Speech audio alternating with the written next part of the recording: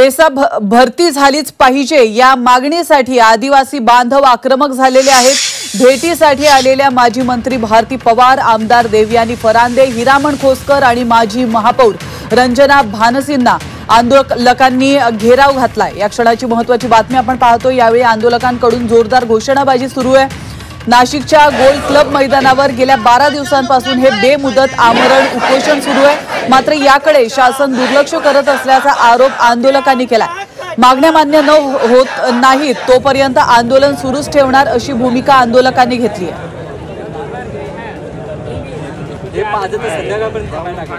तर याविषयी अधिक माहिती देण्यासाठी आपले प्रतिनिधी सागर गायकवाड फोन लाईन वरून आपल्या सोबत जोडले गेलेले आहेत। सागर, अतिशय महत्त्वाची माहिती समोर येते नाशिक मधून, काय अधिक माहिती?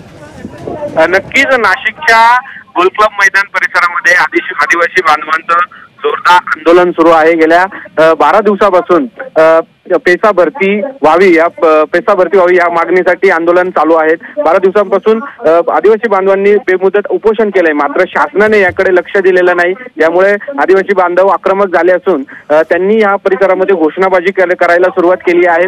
खरं तर नाशिकमध्ये माजी मंत्री केंद्रीय मंत्री भारती पवार इथे आलेले आहेत, आमदार देवयानी फरांदे आलेले आहेत, आमदार हिरामण खोसकर आलेले आहेत।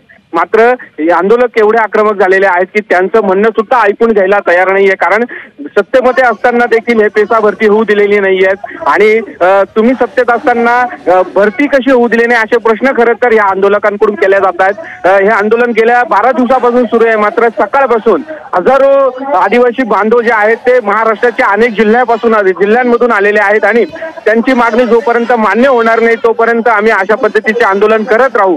आणि यावेळी आता मंत्री जे आहेत माजी मंत्री माजी आमदार जे.पी. गावित या ठिकाणी पोहोचणार आहेत। ते आल्यानंतर या पुढची दिशा जी आहे आंदोलनकर्त्यांची ती ठरणार आहेत। खरं तर या मागण्या मान्य झाल्या नाही तर आम्ही मुंबईच्या दिशेने थेट जाऊ अशी भूमिका जी आहे ती आदिवासी बांधवांनी घेतली। त्यामुळे आता या आंदोलनाच्या वेळी नेमकी प्रशासन आणि आंदोलनकर्त्यांमध्ये काय बातचीत होती हे पाहणं आता महत्त्वाचं ठरणार आहे। धन्यवाद सागर, तुम्ही दिलेल्या महत्त्वपूर्ण माहितीबद्दल।